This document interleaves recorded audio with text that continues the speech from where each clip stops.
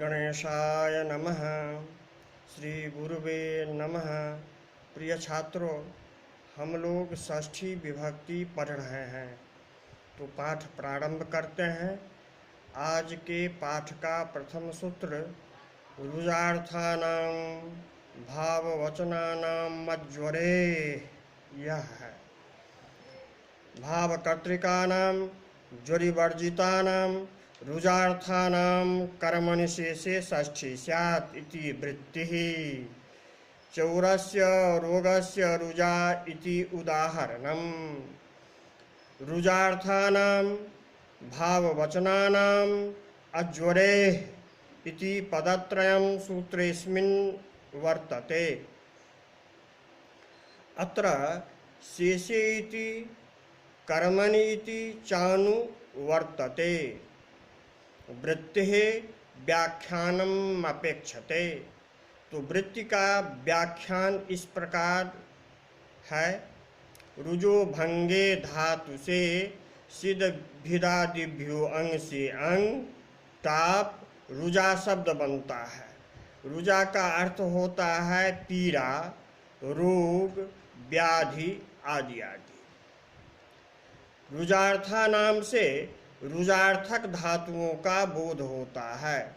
बहुब्रीहि समास करने से यथा रुजादिः अर्थो येषां तेषां धातूनामिति।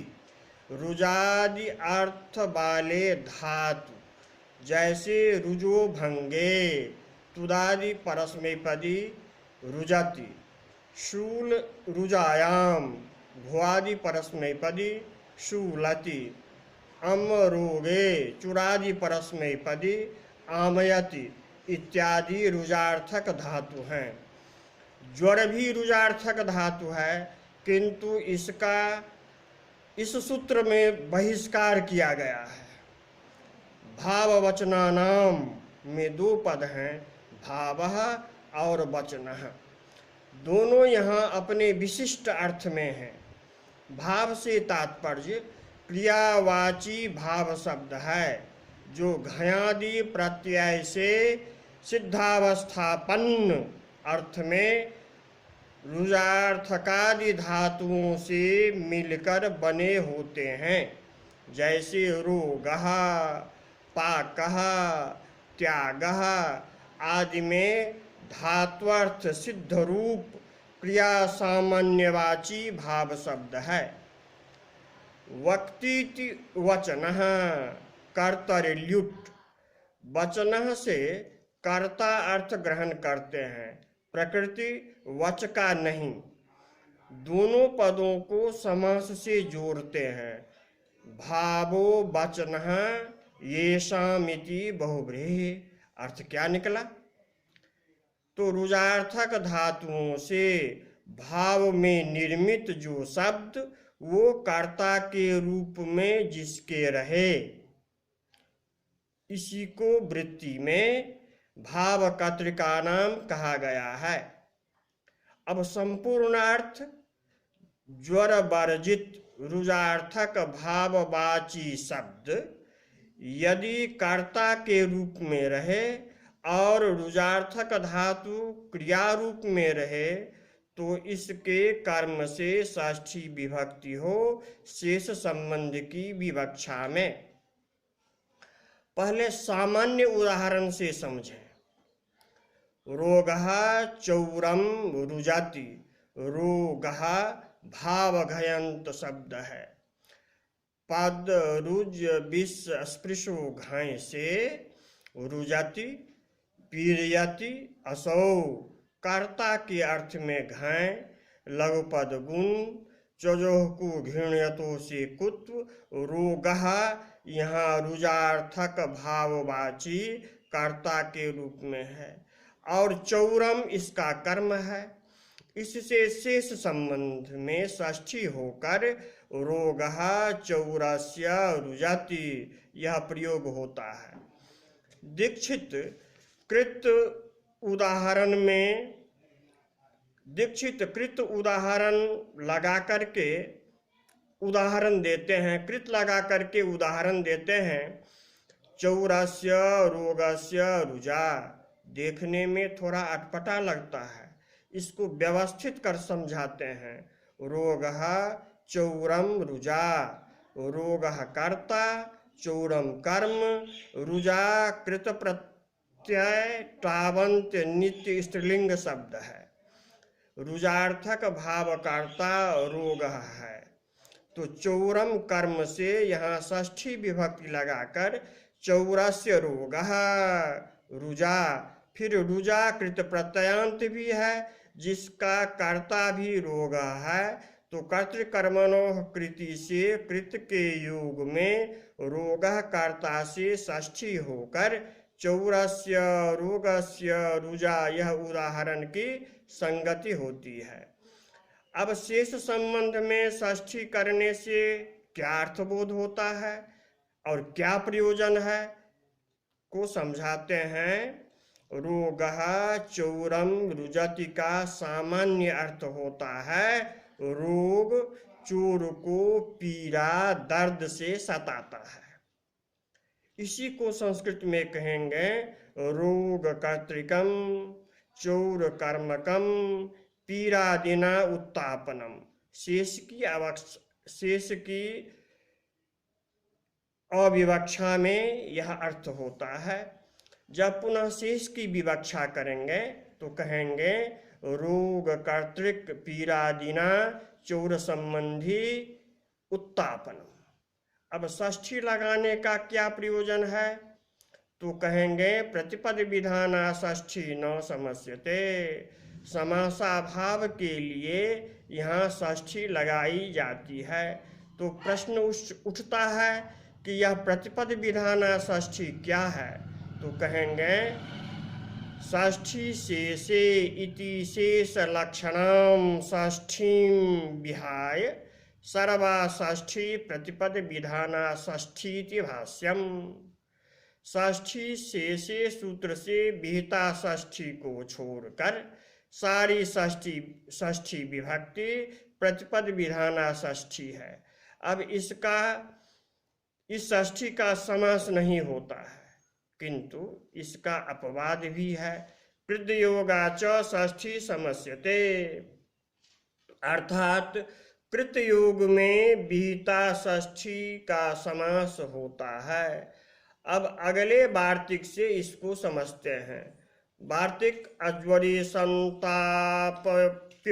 वाच्यम रोगस्य चौरज्वरः चौर संतापो वा रोग कर्तृकम चौर संबंधी ज्वरादिकमित्यर्थः। वार्तिक का अर्थ है कि सूत्र में अज्वरी के साथ संताप को भी जोड़कर अर्थ कहना चाहिए। अर्थात ज्वर और संताप रहे तो इसके कर्म से षष्ठी विभक्ति नहीं हो। रोगस्य चौरज्वरः चौर संतापो वा, चौरम ज्वरः चौरम संतापः। यहाँ ज्वरः और संतापः रुजार्थक भाव करता है और चौरम कर्म है। यहाँ शेष विवक्षा में चौरम से प्राप्त षष्ठी का निषेध है इस वार्तिक से। फिर प्रश्न उठता है कि यहाँ तो षष्ठी होकर समास भी दिख रहा है। चौरज्वरः चौर संतापः, तो कहते हैं ज्वर और संताप कृत है। कृत के योग में चौरम कर्म से कर्तृकर्मणोः कृति सूत्र से कर्म में षष्ठी होकर कृतयोगा च षष्ठी समस्यत इति वाच्यम के बल से षष्ठी समास हुआ है। यदि निषेध नहीं किया जाता तो शेष विवक्षा में षष्ठी होती, तो यह षष्ठी प्रतिपद विधाना षष्ठी कहलाती, जिसे कि समास नहीं हो पाता। रोग कर्तृकम चौर संबंधी ज्वरादिकम इसका अर्थ है। अब अगला सूत्र आशिषिनाथः। अत्र आशिषिनाथः पदद्वयं वर्तते। आशीरर्थस्य नाथतेः शेषे कर्मणि षष्ठी स्यात् सर्पिषो नाथनम् आशिषि किं माणवकनाथनम् तत्संबंधी याचियेत्यर्थः। जब आशीह अर्थ नाथ्री नाथ धातु का हो तब नाथ धातु के कर्म में शेष संबंध की विवक्षा में षष्ठी हो। इदं मे भूयादितीक्षा आशासनम तदेवाशीह नाथतेरर्थः।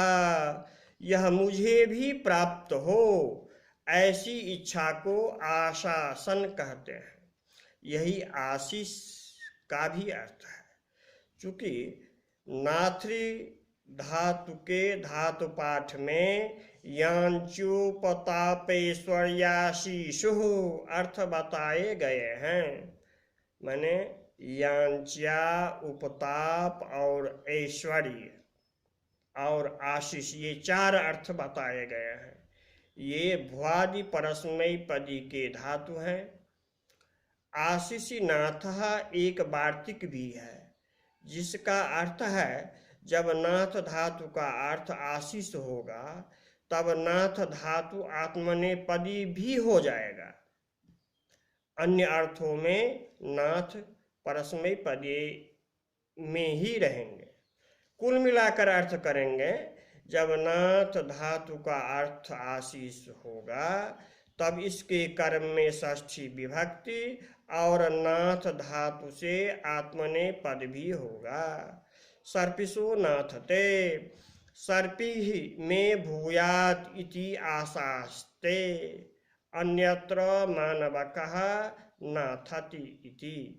हम लोग षष्ठी शेषे सूत्र से देखते आए हैं कि आचार्य भट्टो जी दीक्षित तिंग प्रयोग से उदाहरण न देकर कृत प्रत्यय से उदाहरण देते हैं। इसका प्रयोजन है कि समास और समासा भाव को दिखाने में सुलभता हो।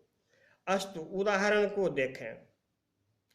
सर्पिषो नाथनम, यहाँ सर्पिष कर्म है, नाथनम ल्युडंत क्रिया पद कृत है और नाथ का अर्थ आशीष है, तो सूत्रानुसार सर्पिष कर्म में षष्ठी हुई है। यह अब प्रतिपद विधाना षष्ठी होने से समास नहीं हुआ है। अब पूछते हैं कि आशीष किम, तो कहते हैं माणवक नाथनम।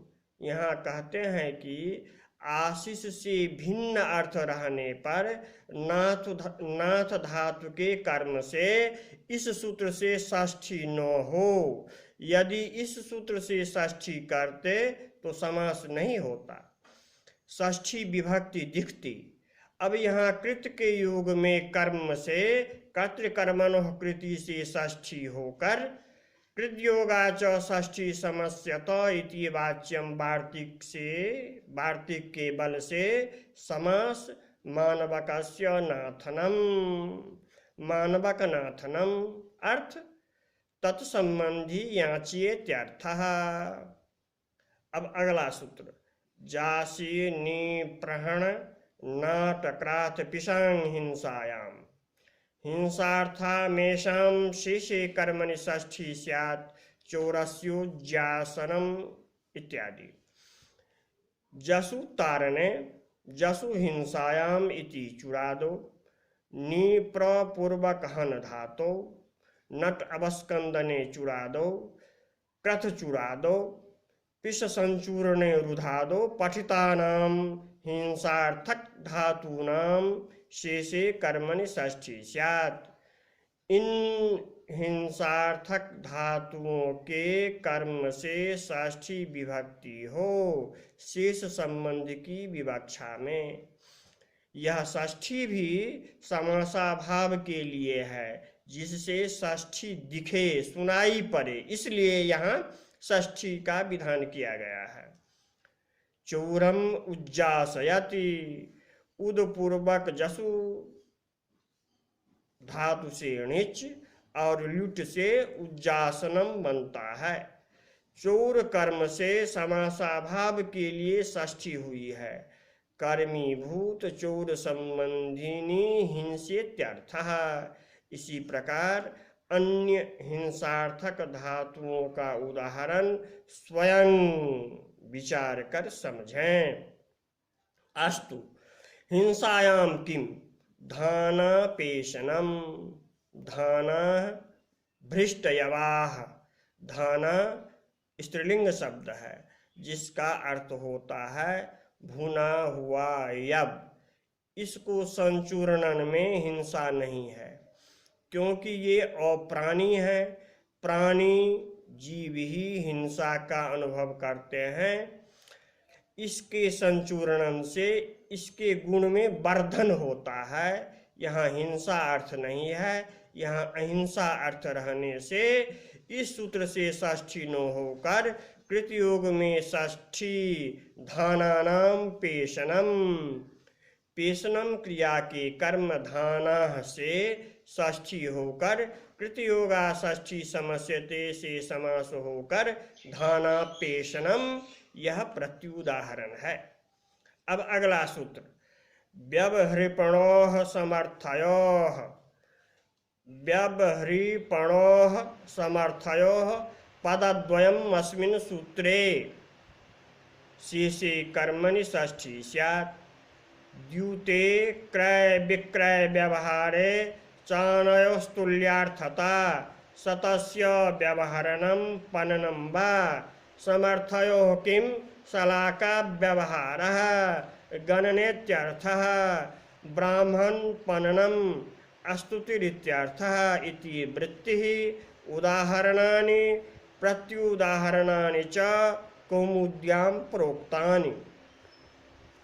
प्रिय छात्रों, प्रस्तुत सूत्र में बी अब उपसर्ग पूर्वक ह्रीं हरणे धातु का ग्रहण किया गया है जिसका अर्थ होता है उपसर्ग के बल से व्यवहार और पन व्यवहारे अस्तुतौ च। यह भ्वादिगणस्थ आत्मनेपदी धातु है। जब इन दोनों धातुओं का अर्थ समर्थ अर्थात समान अर्थ व्यवहार रहे तब इन दोनों धातुओं के कर्म से षष्ठी विभक्ति हो शेष संबंध विवक्षा में। समो तुल्यो अर्थो ययोः इति विग्रहे बहुव्रीहि। समास के बाद सम अर्थ यहाँ सवर्ण दीर्घ न होकर सकंध्वादिषु पररूपम वाच्यम से पररूप कर समर्थ शब्द बना है जिसका अर्थ होता है जब दोनों धातुओं का समान अर्थ हो तब। कब समान अर्थ होता है तो कहते हैं द्यूते क्रय विक्रय व्यवहारे च अनयोः तुल्यार्थता। यानी द्यूत जुआ और खरीद बिक्री रूप व्यवहार में व्यवहारी और पण इन दोनों धातुओं के अर्थ में समानता रहती है। इसका उदाहरण पहले तिंग लगाकर समझाने का प्रयास करते हैं।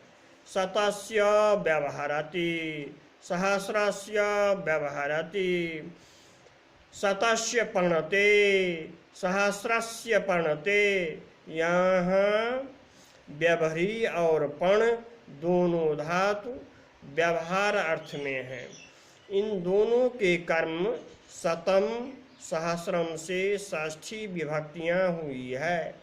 100 और 1000 रुपये का व्यवहार जुआ में दाव और खरीद बिक्री के व्यवहार के रूप में।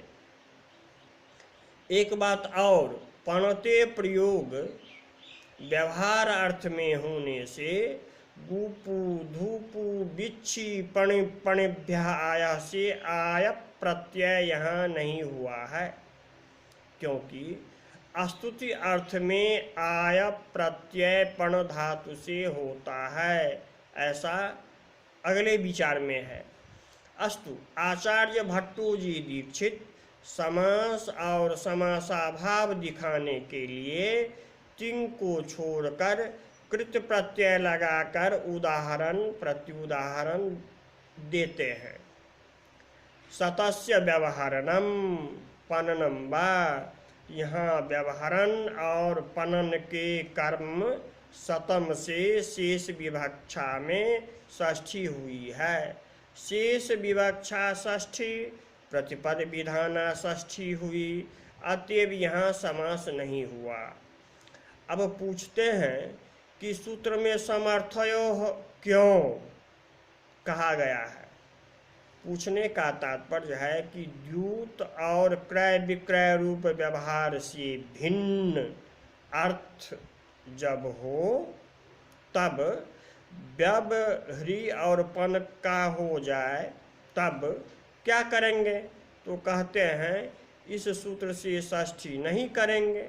यदि इस सूत्र से षष्ठी होती तो प्रतिपद विधाना षष्ठी होने से समास नहीं होता।